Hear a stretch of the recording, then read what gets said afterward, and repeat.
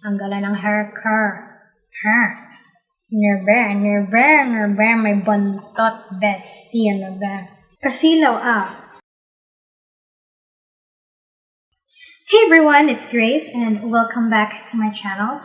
So today I'll be reviewing the Colourette Dualitints. They're part of the King's X Colourette, and I'm so excited to share you guys my experience with the Dualitints. So the things that I used on my eyes as well as my cheeks and my lips are all Colourette Dualitint. So I really wanted to see how multi-purpose these products are. Before we get into the video, please don't forget to click the subscribe button down below. Don't forget to click the notification bell right beside it so you'll be notified of the new videos here and there. And without further ado, let's get on to it. So, hello guys! So today, hindi pa tapos ang ating makeup ngayong araw at nakatali pang ating buhok dahil mainit, besi. So, I used Colourette. But yeah, so the reason why my makeup is half done, nag-foundation lang ako ng konti, ayan ang ating pimple na, wow! Tapos, bronzer lang ng slight, tsaka key light, because key light is life. So today we are testing out the Colourette The King's Limited Edition Dualitints. So this is part of the collection of the King's Colourette collection by Joey Mead King and Angie Mead King. I personally really like them. Like kong tinutokso yung boyfriend ko kasi lagi niyang, alam mo siya nagsasabi sa akin ng updates kay Miss Angie Mead King. Tapos sabi ko, may plano ka bang lumabas na kung may plano ka, sabihin mo na sa akin, ganyan. But I personally love them because they really are each other's biggest supporters. So, ayun. So, I think they have the Dualitints and the face gloss. I think yun lang yung lumabas sa collection nila. So, today we are only tackling the Dualitints. They came out with 8 shades, so 4 dual tints. So, binili ko siya kahapon, bes. Alam mo ba, sobrang tamad ako mag-film ngayong araw, pero gustong-gusto ko na siyang gamitin. So, ganito yung itsura ng box niya. Very pretty. So, I actually bought this from Landmark Trinoma. I didn't know na may kiosk pala ng Colourette doon. So, buti na lang, dumaan muna ako ng department store kasi ready na ako tumawid papuntang SM North EDSA. So, ayun. So, the way that Colourette markets these Dualitints are actually, they're velvet type. So, I only got 2 shades. Pero baka may balikan na akong isa. But yeah, the first one is number 1, which has the shades, sandali lang. O nga pala, 499 pesos siya, mga best. 499 pesos. Ayan. So, ganito yung itsura niya. Sobrang pretty. To be honest, when I first saw these on social media, medyo hindi ko siya nagustuhan yung packaging. Pero, very handy naman pala siya. It's still cute. So, I have the shade Light, which is the lightest shade of the 2. And then, you have Love. So, ito yung first shade. So, isang shade kong kinuha is number 4. I was tempted to get number 3, which is like a warmer kind of duo. Nude pa rin siya, pero more on the warmer side. Kaso, ang dami ko ng tints na ganon. I mean, like, shades na ganon. So, wala akong masyadong pinks. Binibuild up ko yung pink selection ko kasi medyo na-in-love ako sa kulay pink. Hindi ba halata? So, yun. So, I got the shade number 4 kasi more on the shimmery side siya. Ano lumabas, Bessie? I joke. Pero, ayun. Ito yung kinuha kong isa yung number 4, which has Happy Hour and The Morning After. The reason why I got this one kasi shimmer siya and I don't really have shimmery shades. So, ayun. So, I think we're gonna use it on the lips first so you guys can see how well it looks. Tapos pagkatapos yan, magde-decide na tayo kung anong gagawin natin.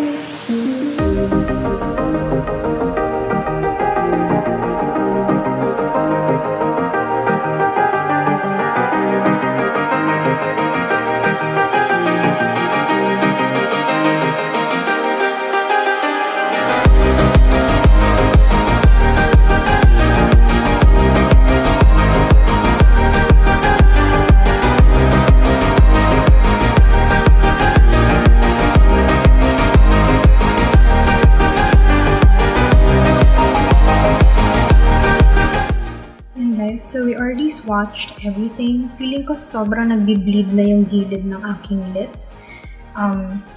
I settled for the Love and Light Duo.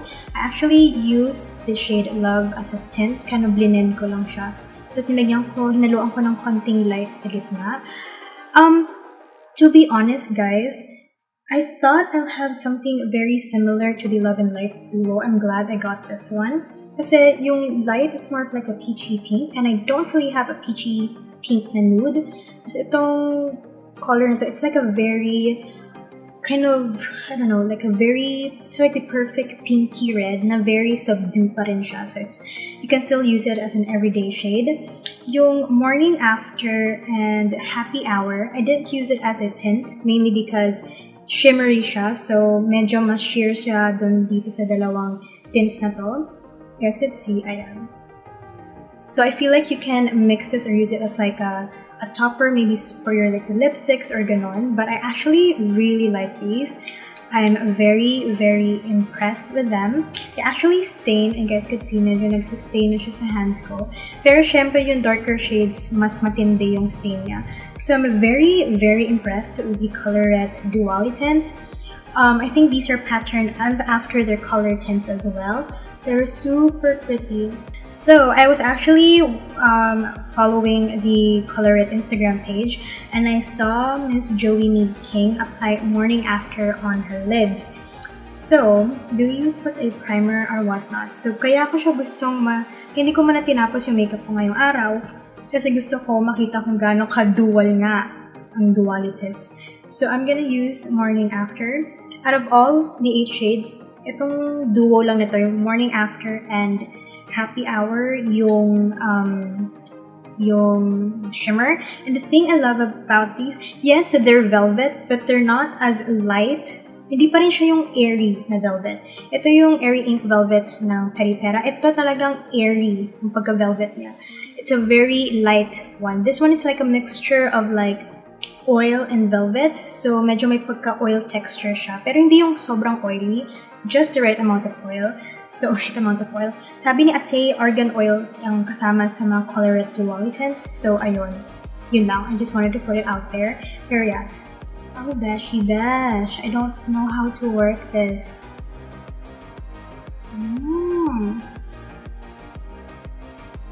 Like a very soft wash ng color. Oy! Bet. I was scared. Kaya ako binili yung shimmery shade. Kasi I wanted to see kung pwede talaga. Well, you can use the other shades. The lids. Huwag masyadong okay, guys, ha? Dahan-dahan lang. Dahan-dahan. Diba? Ayan yung Morning After. So, since they are kind of may pagka-oily siya, ang gulo na ng kamay ko, guys. Pagka-oily ka, I think you still have to set this, pero that's good. So, gawin lang natin yung kabilang matay.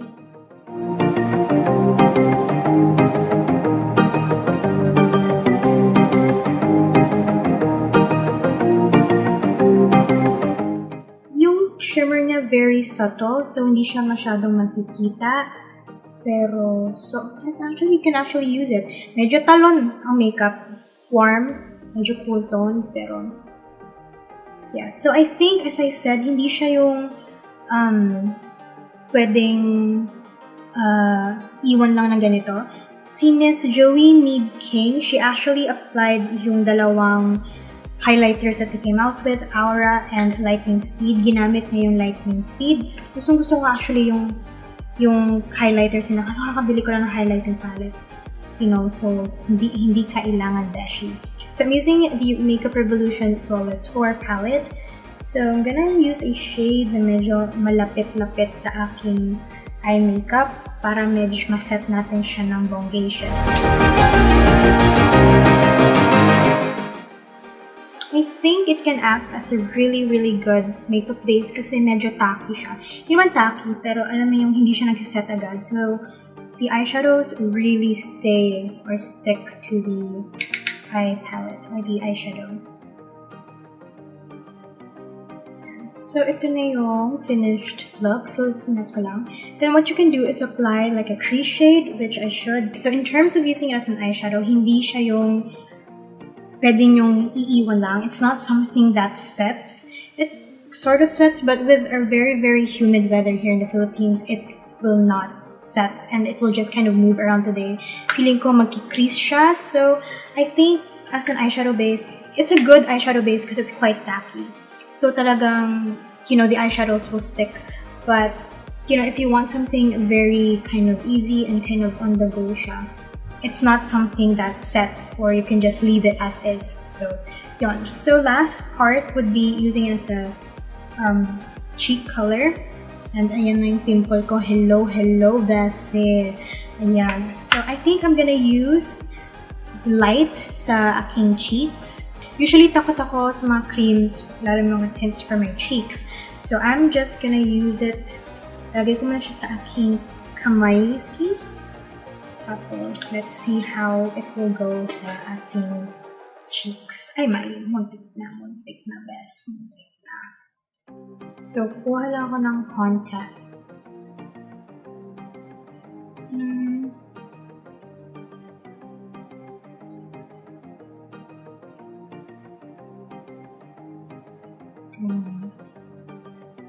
Parang sobrang talon ng makeup ko ngayong araw ha. And so, hi guys, I took a break from filming because I went to the vet.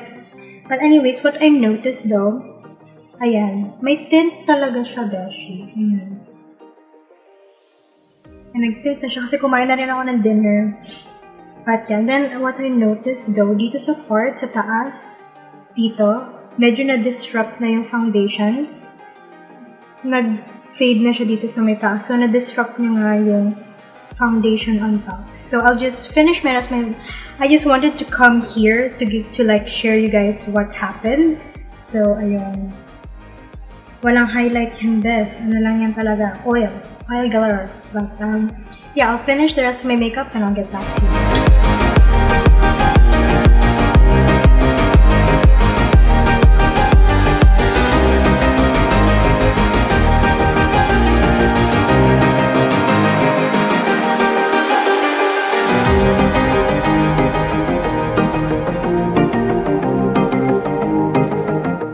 Okay, so I'm finally done with my makeup. I actually switched my lip color because everything was already clashing. Masyadong strong yung lip kanina, and I kind of put powder on top of the Dualitints because I feel like it's, I don't know, it doesn't really set completely on your cheeks, so I feel like you still need to put powder on top. So yeah, what do I think about the Dualitints? I think they're amazing. I'm kind of, I don't know, I've been really into these kind of velvety or kind of oil-based type of tints. It's not as airy as the ink velvets from Peripera. I feel like the Peripera still holds the title for the really like true velvet feel. These almost, as I said, it's like a velvety oil type texture. As dual tints, I think they're cute. I think the pairings are really, really nice. They complement each other really nice. Personally, I'm in love with the Love and Light duo. Especially, it's like a beautiful peachy pink nude, which I've been looking for the perfect peachy pink. It's that perfect peachy pink. And a very, very nice kind of medium pink almost. I think for these, I mean, I like the fact that they market it as something dual purpose. I think you can save a lot of money with that, and sometimes you're in a go, it's really, really helpful. Although I do like them mostly for my lips. They're moisturizing, they're not drying, but they don't really moisturize your lips. I mean, you can still feel or see the cracked lips. Unlike the Airy Ink Velvet Lip Balm or No Lip Balm, it kind of blurs it. So yung una kong ginamit actually is the shade Love, because I really love the shade. What I do with these, I don't really wear them full on color. Medyo gustong-gusto ko kasi yung mga tints lately, so mas biniblend ko siya. And as I said sa video, hindi siya yung nakaka-blur ng lips. Pero today, hindi ko alam kung bakit, pero na-blur niya yung lips ko. Maybe because the condition of my lips yesterday were really like dry, and I didn't want to do any conditioning before that because I really wanted to see how these Dualitints work. Pero ngayon, yes, kasi hindi ganong kalala yung ano. So, parang na-blur niya ng konti. So, ang gusto ko rin dito, it tints the same color. So, ito yung una kong ginawa. Kasi ang grabe kasi yung pagka-tint niya. So, medyo yung bumalik ako sa light. So, ganyan yung itsura ng light. So, I just wanted to come here para lang, you know, magbigyan kayo ng more, like, review about it na experience ko of actually wearing it for the day. So, I really like these. In terms of it on the cheeks, as I said earlier, I came in the middle of this video and said that it really disturbed the product, mainly because I think this one has argan oil. So oil on top of powder is never a good thing. So I'm not quite sure how well it would work on top of like liquid foundation, or it can still like disrupt it because it is oil based. And then although I think it will work well best when it comes to like bare skin, like with any other. In terms of using it as eyeshadow, what I noticed while I was putting on eyeliner, as I said, these don't really completely set. So it's not like a tint, a multi-purpose product. Once you put on your lids, you can leave it as is. I don't know, maybe in other countries you can do that if you want the glossy look, but here in the Philippines it will not work because our country is very humid. And then yeah, and then I noticed especially here, it's starting to kind of crease a bit, but not too much, but it's starting to crease. Do I like them? Absolutely. I think I'm actually planning on buying the other shade, as I said, the orange and the pink one, because they are velvet tints, or like, I don't know, tints, so I feel like you can still sheer it out and stuff like that. And I think I'm gonna get Race Wife and Supercharged. So basically, I'm planning on getting everything. But if ever you're planning on getting one shade, I highly recommend the Love and Light one, especially if you're into that nudes kind of feel, or if you want to venture into like pinks or reds. I think this one's really nice as well because it actually dries a lot darker, so it's like you can use it for that. My cat is in heat, so you guys can hear that. Hello. But yeah, although if you want like a warmer tone, I think Race Wife and Supercharged will be your bet. Yeah, so hope you guys liked my review on the Colourette Dualitint, and I really enjoyed like playing around with these today. I'm definitely will be using the Love and Light Duo a lot, and I'll definitely be picking up the two other shades just because it's limited edition and the formula is really nice. So yeah, hope you find this video helpful. Again, don't forget to click the subscribe button down below. Don't forget to click the notification bell right beside it, and I'll see you guys in the next video. Bye!